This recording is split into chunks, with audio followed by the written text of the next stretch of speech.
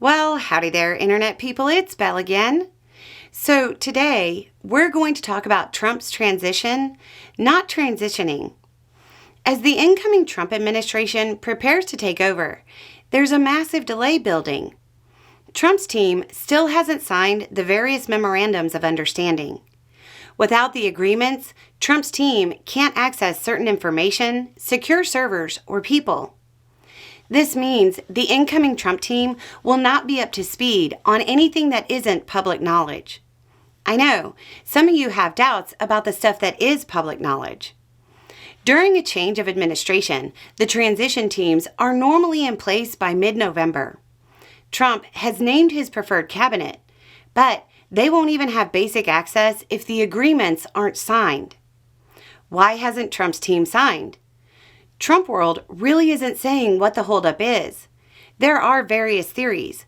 Most of the theories being floated reflect the concerns of those people floating them. Those who believe Trump's cabinet picks are unqualified say it's because the agreements would allow FBI background checks. Those who see Trump as childish believe it's just him being obstinate.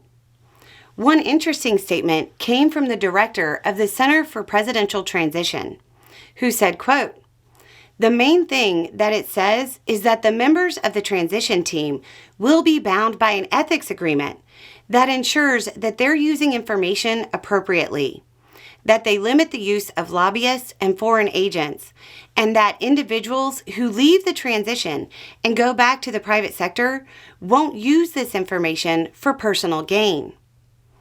Senators are saying the lack of agreements and therefore lack of background investigations will slow confirmation of Trump nominees and will produce a lengthier hearing process.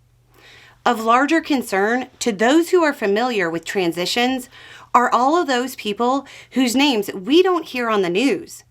When a new administration comes in, the top 20 or so positions get all of the scrutiny and news coverage. But a new administration brings in thousands of appointees. Among them are hundreds of national security appointees. Obtaining a security clearance is not always a fast process, even when it's being fast-tracked. If the agreements aren't signed soon, the only national security appointees who will have clearances will be the ones who already had them from a prior position or assignment. They just won't be done in time.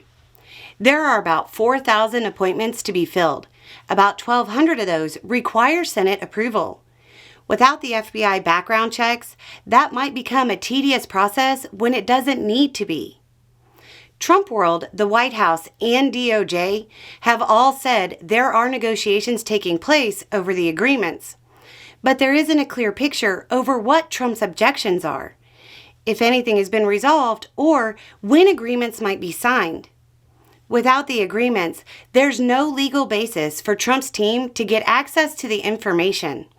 Without the information, there's no way they'll be up to speed on national security issues when they take office. Anyway, it's just a thought. Y'all have a good day.